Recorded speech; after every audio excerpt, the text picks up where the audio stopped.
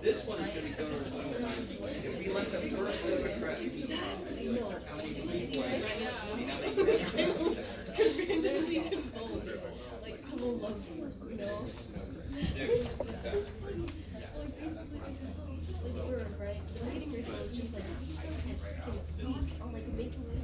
All right, guys, let me catch up to you.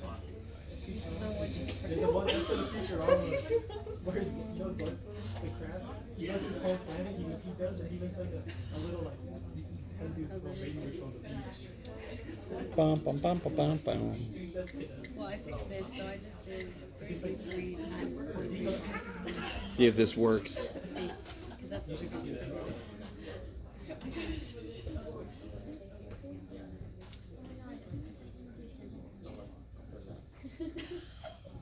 Oh.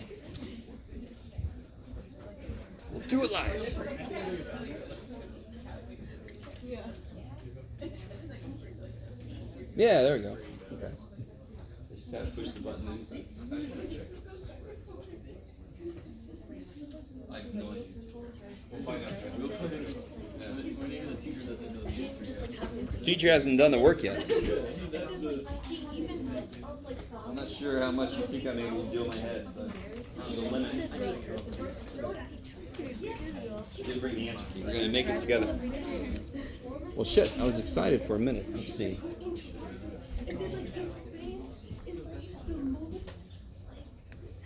Okay.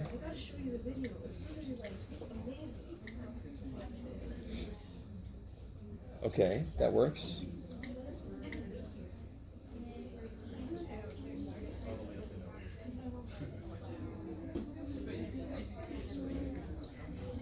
Is this out? Yeah, I see. Hey. All right, guys, let's take a look. Everybody's favorite worksheet so far. So, I want to really make sure you understand, because the basic idea of probability is always there. In all of these crazy-ass formulas, they all involve the same idea. Do you guys remember we did an entire set of problems? We did all of these questions before these freaking formulas existed. Are you with me? Do you understand what I'm saying? Every time we did a problem, it was always the number of things that match what I'm looking for divided by the total number of things. And somehow, that really basic idea spawned this, right? And so why do these look so gross? Because they have to involve situations where I'm not given all the numbers to count. They involve the weird shit I had over here earlier, right? So formulas almost always will look worse than a lot of problems that involve the idea of the formula. Because the formula's got to catch every damn possible situation. Are you guys understanding? This is for all of mathematics, by the way. Okay. So, thankfully, everybody, the first step, I didn't see anybody making that common mistake. So the first thing here is to count, just add up all the totals in all the various categories. Let's see. Blah, blah, blah. What is that? Is anyone? 126. I think this was 50. And then the double check, that's 176. And if you add these together, you also get 176, which is always good to see. Okay. Just don't make it twice that. These are not different people. Okay. So, another thing, I don't think I saw anybody do this, but I always get people that think that these build on each other. Like they'll do this one based on if they pick this person, and that's, I don't know if that even makes sense to you, but no, these are all separate. We do a fresh pick each time. So attends Grossmont, that's a nice one, right? How many people attend Grossmont in this sample? 126 out of how many total people that we could have picked? And what is that? 0.7159? Okay. Okay, I like it. Do you want to answer in decimal percent? Oh, I'm glad you're saying this. In this problem, this is the work. This is an acceptable answer. 4 places decimal, and then if you want to, you can make it a percentage, right? That has to be 4 places. 4 places. Yeah, you would just move it up, bam, bam. So it would actually be 2 decimal places once you. Does that make sense? Oh, Okay. no percent. You guys with me? No, it's So this like, could be. You Huh? have to go out 4 places. So yeah, 4 places decimal, and then you could do once, twice, and make it 71.59% if you want to. Right? I've heard that humans like percentages, so you can change it into a percentage if you want to. Is everybody with me on that one? And the idea doesn't change. The idea does not change. So as a business major, same idea. How many are business majors? 92 out of how many total people?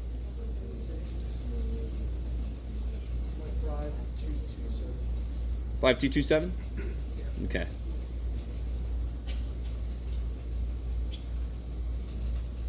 So here comes our first little real test here. And this is one, you could use the formula, it's fine, but you don't have to. You can be kind of smart about this.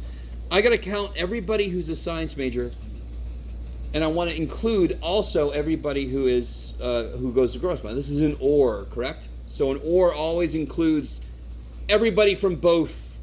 Everybody comes in, right? So one way you could do this is to say, okay, there's 126 Grossmont students. How many computer science majors have I not counted yet?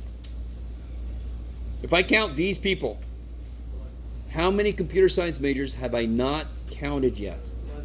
11. Does everybody see that? So I could do 126 plus 11. Goodbye. Or, I think a lot of you guys did this. You did the formula, which is fine. 126 Grossmont plus 73 computer science majors minus 62 that you counted twice. But isn't 73 minus 62, isn't that freaking 11?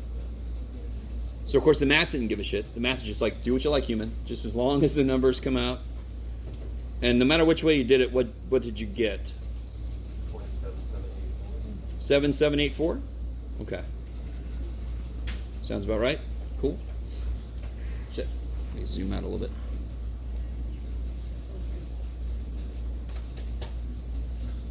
All right. How are we doing so far? Not bad. Now here came the first real test. Dear God, do not. I mean, look at the formula for and. When you have to figure out a given and blah, blah, blah, why do all that? I can see how many people are math majors and Cuyamaca students. And it's always going to be a smaller number than either one because you got to meet both requirements. How many students meet both requirements? 2 out of how many total students? 176. So the only problem in this whole section, the only problem on any probability question I ask you that's not going to have the same total number on the bottom is what kind of problem? Without Given. replacement? Without you doing it? No, that's this kind of problem. Oh, I'm talking about this kind of problem. So Oh, like a table. yeah, if I give you a table, the only time the bottom won't be the total number of things is if I give you more information. Because when I give you information, you can ignore other things. You just throw them out. So real quick, what is 2 divided by 176? 0113. Point. Do it again. 0113. 113. Mm-hmm. Is that good? Okay. So, the biggest mistake I see on this is people will think that this says, I know they're a Grossmont student. But if we read this all, it says, find the probability that they're a Grossmont student. So I don't have a freaking clue if they're a Grossmont student, given they're a computer science major. So how many total people could it be? 73. Out of those 73 people, and you can do that, you can just do this shit. Throw everybody else out, right? Just do this. That's your whole universe now. So how many Grossmont students are we talking about in that group? 62 out of 73. 0.8493. Okay. All right, I like it. Okay, so anytime I ask you, is this event and this event, are they independent? You've got to check, is one of them given the other one different from what the first one was in the first place? And that kind of should make sense. If one happens and the other probability changes, then obviously they do depend on if one happened. I think what people think that says is, do I have to be a computer science major to be a Grossman student? That's not at all what the shit that says. Just does the probability change? I don't care how much. Just does it change at all? So what am I looking for then? I want us to know, is this the same as this? And do we know those numbers? What's gross point given computer science? And what's probably gross point student?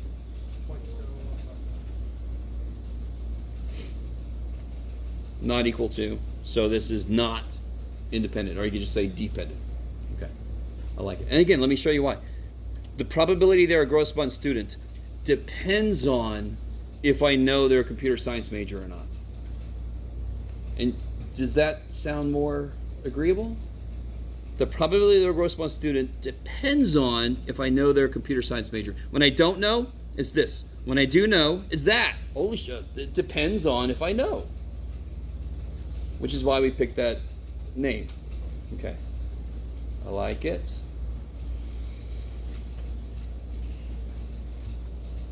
And just to remind you, so you know you're going to get a problem basically exactly like this. It's going to have a little table.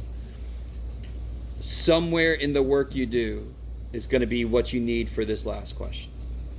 You just have to pick the right stuff. Right? Okay. Number 2. I don't know. If you're paying any attention to any politics at all, you're like, yeah, let's lock some of these people up in somewhere, haunted house, sure, why not? If I randomly pick somebody out of the house, so these first 2, I hope to God they were pretty decently straightforward. How many total people are we talking about? 21. So let's probably get a Democrat. 7 chances to get a Democrat out of 21, which of course is 3, 3, 3, 3, right? Okay. Is that cool? Republican. How many chances to get a Republican? 12 out of how many total things it could be? 21. 5, 7, 4, and 4, yeah? Okay. I like it. Now we do this. Okay. And remember I said, and means multiply. And we see that in the formula. If I replace the first pick, would that be independent or dependent? Oh shit, this is it. If I put the first pick back in, does any probability change? It's only if I take something out and keep it out, then the probabilities change, correct? So that's why on part C, I could just multiply the probabilities together, because what does this become? If A and B are independent, what is this equal to? Oh shit. No. If A and B are independent, what is the probability of A given B? It's the probability of A. A doesn't care. If A and B are independent and B happens, does A care? So it'll stay the same, right? So what's the probability the first person is an independent? 2 out of 21. Throw them back in the house. And times. It's probably the next one is a Republican. Still 12 out of 21. Still the same, right? Because I put the first one back in. So they're independent.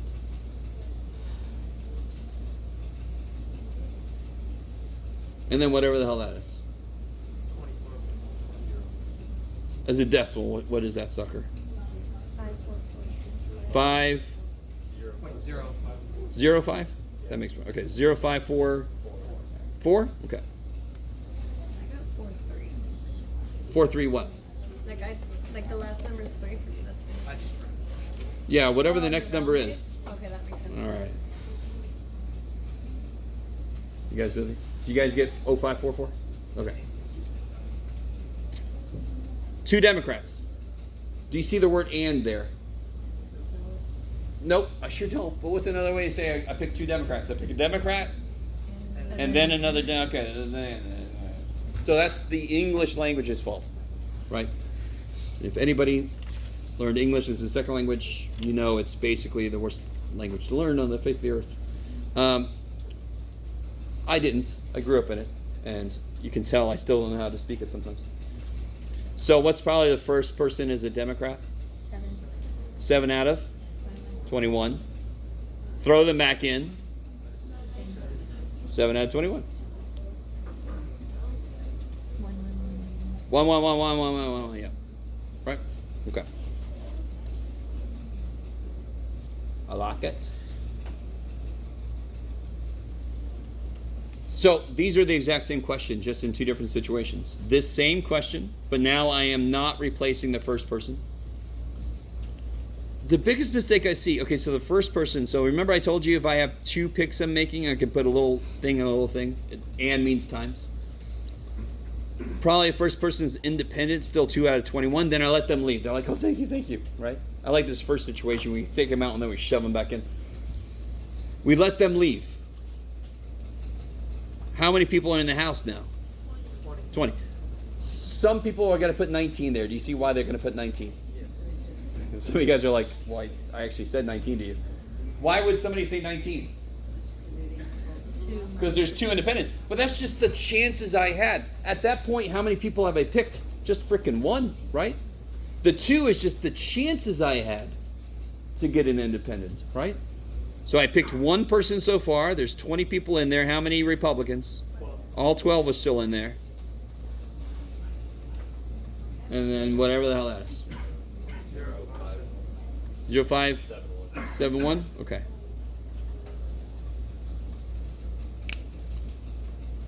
So what's going to be different here is the first person's still 7 out of 21. Then I'll let them leave. So there's 1 less person in the House, but there's also 1 less Democrat, right? So why didn't this top change? Because it wasn't a Republican we let go, right? It was an independent. Okay. Does everybody see that? Does everybody understand that? You know, like I see it.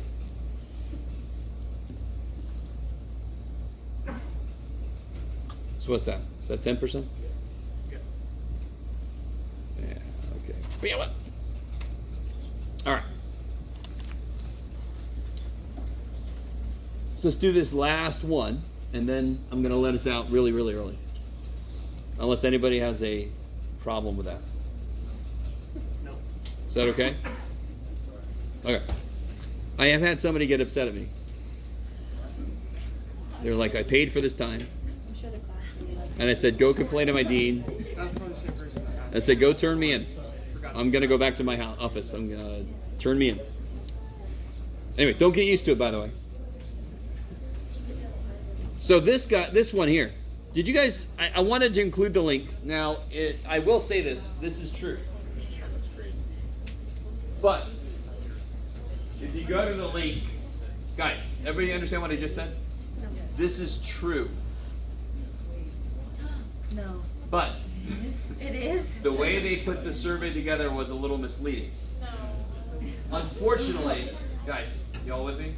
Unfortunately, it's unfortunate that I am confident that it's not a 0% probability of getting somebody who believes this. Are you serious? Huh? 7% of Americans. That's so weird. Again, Wait, how old were these? Again, the survey, the way they put it together was a little misleading. So it's probably not 7%, but unfortunately it's probably not 0% either. How old were these people? Like maybe it's All different 2-year-olds ages. like that. So go to this link. That's so concerning. Okay, guys. So, guys. Everybody? Yeah, okay. Every problem we've done so far, the sample size has been pretty small. So in the last problem we just did, it was 21, correct? Okay. So if I did pick somebody and let them leave, didn't the probability change substantially for the next one? So help me out real quick. Help me out. What is, looking back at this last one here, what is 7 divided by 21? That's 1/3, correct? What's 6 divided by 20?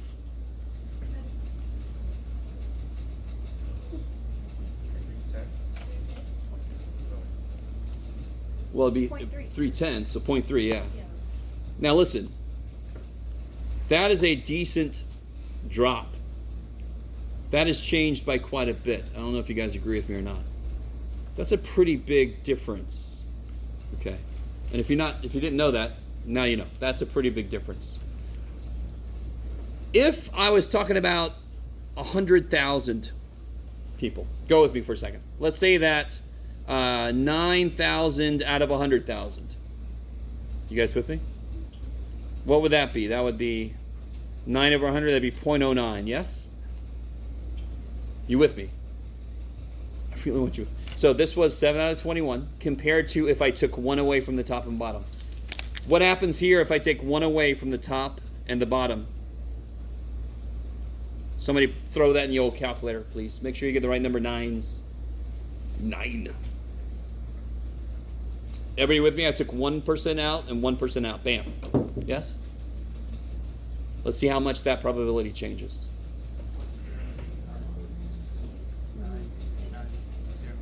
Sorry? 0.089990. All right. How different are these? Not at all. Are you with me? What does it have to do with this crazy ass problem about people thinking chocolate milk and so forth? Here's what it has to do.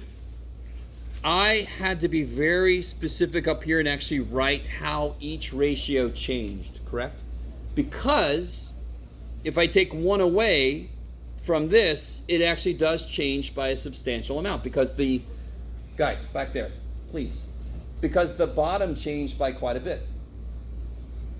Relatively. It's only 21, it goes to 20. If I have millions and I take one person out, it doesn't mean as much. So if I had $21 to my name and I lost $1, that's huge. If I had $21 billion to my name and I lost $1, does that change my day? No. I could lose 10 million and be like, oh, it's all right.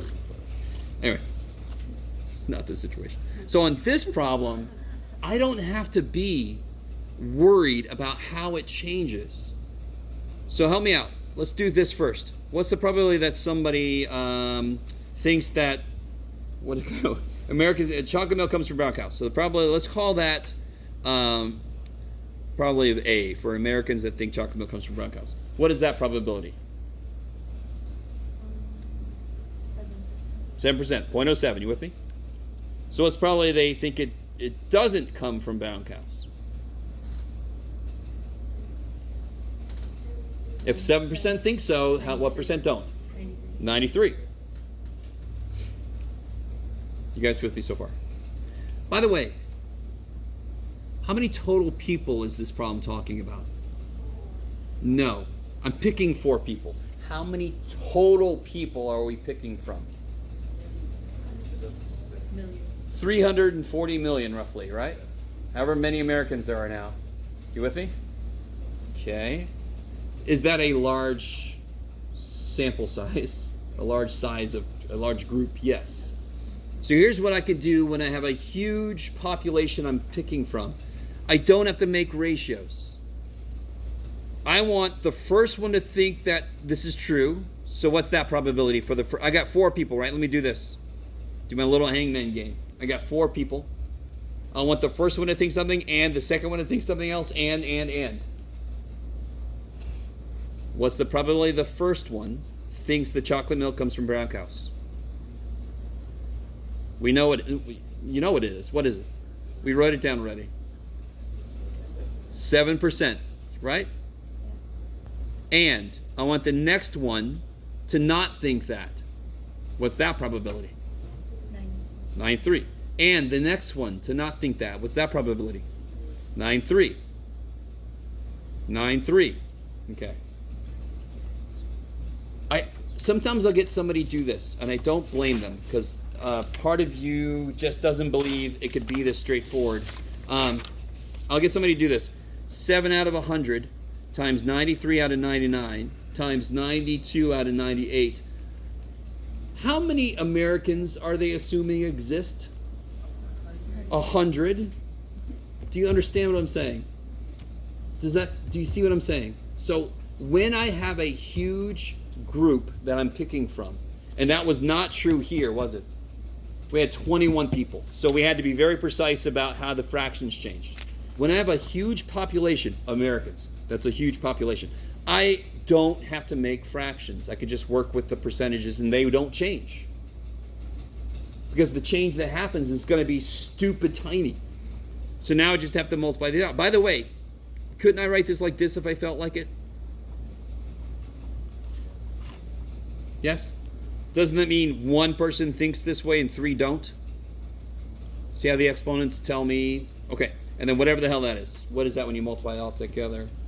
8, 7, 0, 5, 6, 3? Okay, sounds about right. Thank you. You guys at all with me? So if I would have picked 6 people, I would have just had 2 more little spots, right? Not a big deal.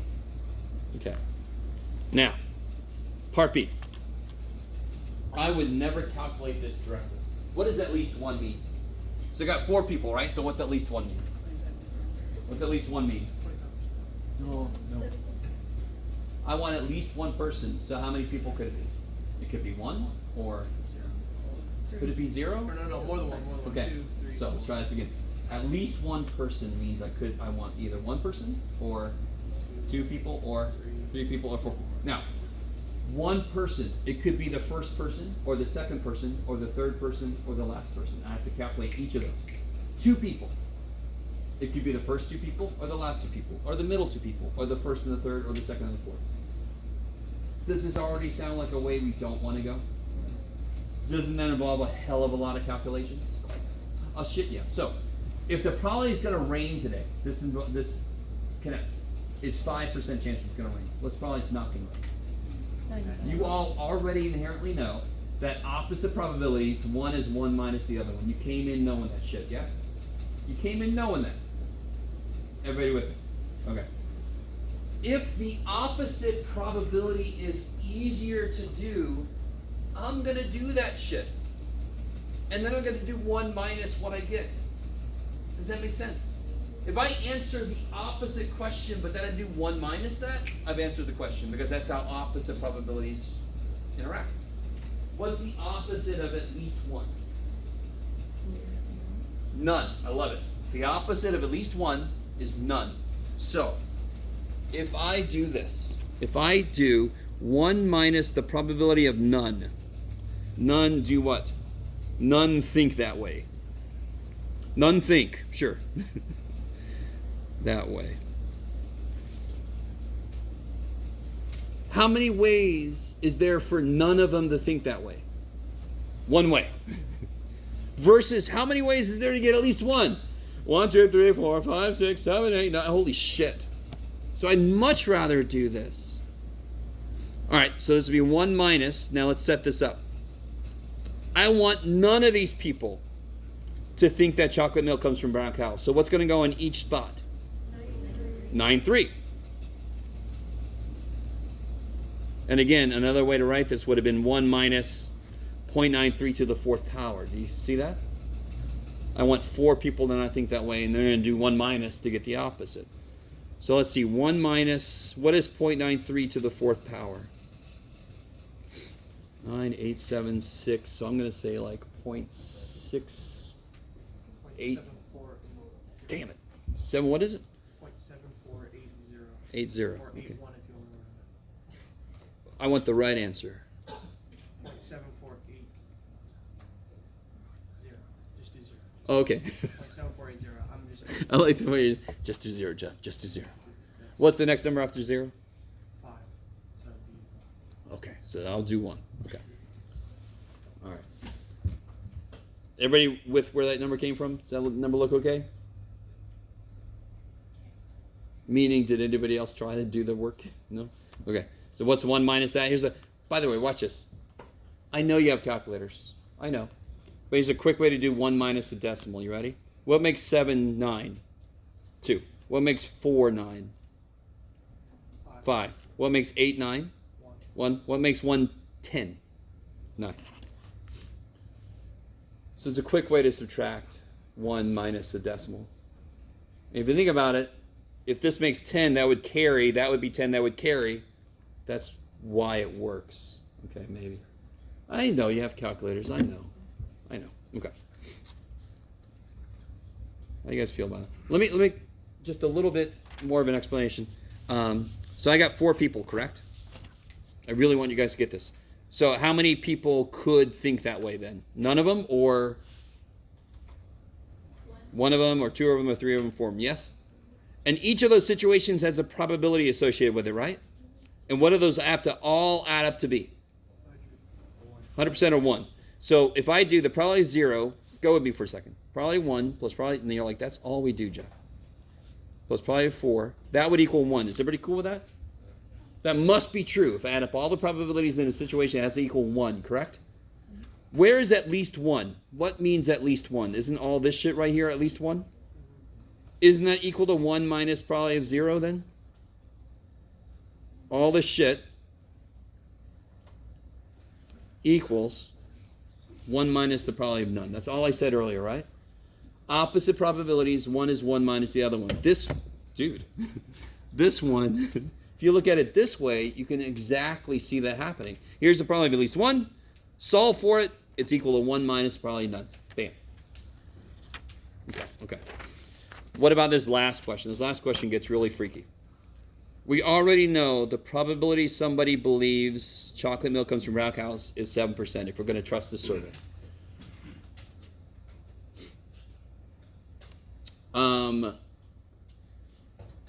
If we also know that 4% think that chocolate milk comes from brown cows and that Brussels sprouts are the best vegetable, what event have I introduced that's new? Brussels sprouts. Like believing Brussels sprouts is the best vegetable. What letter do you want to use for that? No way. Okay. So can somebody tell me what the symbols for that represent 4%? What should that symbol be? It's not PB, right? It didn't tell you probably Brussels sprouts is 0.4%, 0.04. What symbol should I use to describe this then? What's American think chocolate milk comes from Rock House? What symbol is that? A. And B, right? And that is 4%. Is that cool? So there will be problems in the homework where they're going to give you a situation, they're going to give you a bunch of percentages, and you must assign a symbol to each percentage. Otherwise, you're not going to know where the shit to plug them into formulas. What are they asking me for here? Find the probability that what? They like Brussels sprouts, given that they think chocolate milk comes from Rock House. So what would that look like in symbols? No. B, Given A. I love it. And what's the formula for this? So again, just like we did earlier, write down what they asked me, write the formula for it, step back and see if I have everything I need, right? What's the formula for P of B given A? Probability of A and B divided by probability of A. Good. Do I have both of those things? Damn straight, I do. So it's 0.04 divided by 0.07.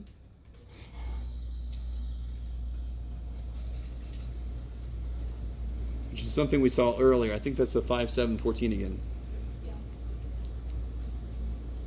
I have my division by 7 tables memorized to a certain extent, which is not a flex at all.